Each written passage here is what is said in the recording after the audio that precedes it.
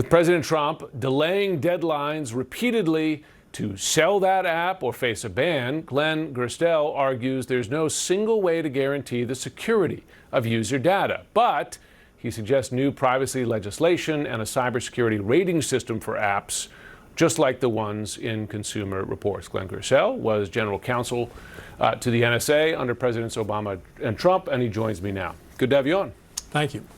So this was, as I remember it, an urgent national security threat, so much so that a large bipartisan majority in Congress passed a ban. You have to do it. Now Trump has delayed it multiple times, and I don't hear a whimper of opposition from the Hill. What happened? So this is pretty amazing. We're in terms of national security situations, we're off the map, in uncharted territory. We had a situation where just 16 months ago, as you said, a bipartisan majority, overwhelming majority, 84% of members of the House, you can't even get 84% of them to agree on anything like it, agreed that this was such an urgent national security problem that they were going to give the app, TikTok, 270 days to get changed out of Chinese hands, or else it would be banned in the United States. It was already banned on federal government phones and many state government phones. So this was a pretty urgent problem. So urgent they didn't even hold a hearing on the question of what remedies and alternatives were. And here we are 16 months later. We have an outlawed app that is used by 1 out of every 2 or 3 Americans.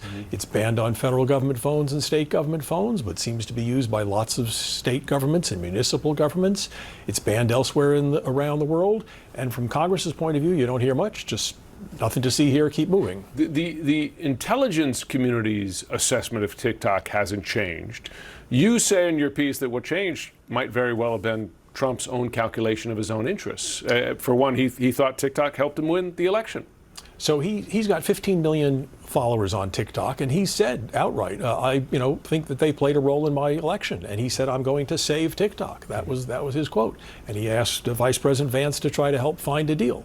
So instead of enforcing a national security law that's on the books, he just said, I'm unilaterally not going to enforce it. I'm going to direct my Attorney General not to enforce it, and we'll see if we can come up with a deal. Why aren't we hearing from voices inside the intelligence agencies, law enforcement, et cetera, saying this is a national security threat? We have to do something about this. So we've heard a little bit from the chairman of the China Select Committee in the House, John Mulinar, who's, although he hasn't directly criticized President Trump, member of his own party, he said, I'm really concerned, we need to do something about it. You've heard some others, but the intelligence community, their role is not to comment on policy. They've already given their classified advice about the nature of this risk. You may agree with it or disagree with it or think it's overhyped, but whatever it is, it's a law that's on the books and is supposed to be enforced. What is the solution short of either Congress waking up to its legislative duty or the president not delaying this anymore? What needs to be done? So presumably a deal will be struck. It's hard to envision a situation, although I wouldn't put it past us, for the president just to constantly giving 75 days rolling forward for the next several years. That really doesn't make any sense. It hurts our national security. It makes people wonder, what is a national security statute? It's a bad precedent for any president to just simply say we're not going to be enforcing laws. So I assume that some deal will be cooked up.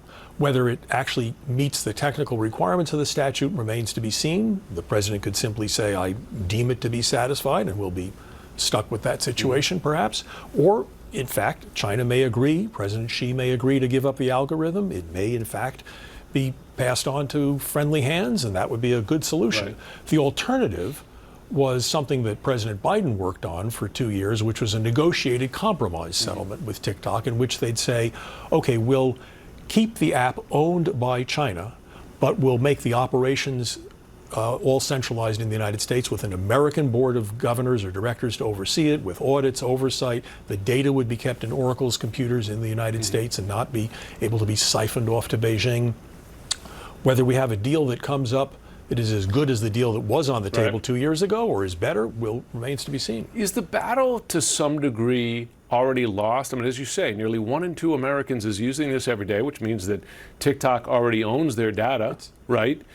Exactly. And this is, if you believe TikTok's numbers, this is a app that is used by millions of Americans to support their businesses, their local businesses, as I mentioned earlier, some state municipal governments. So this app is well entrenched into American social media and our day-to-day commercial and business lives.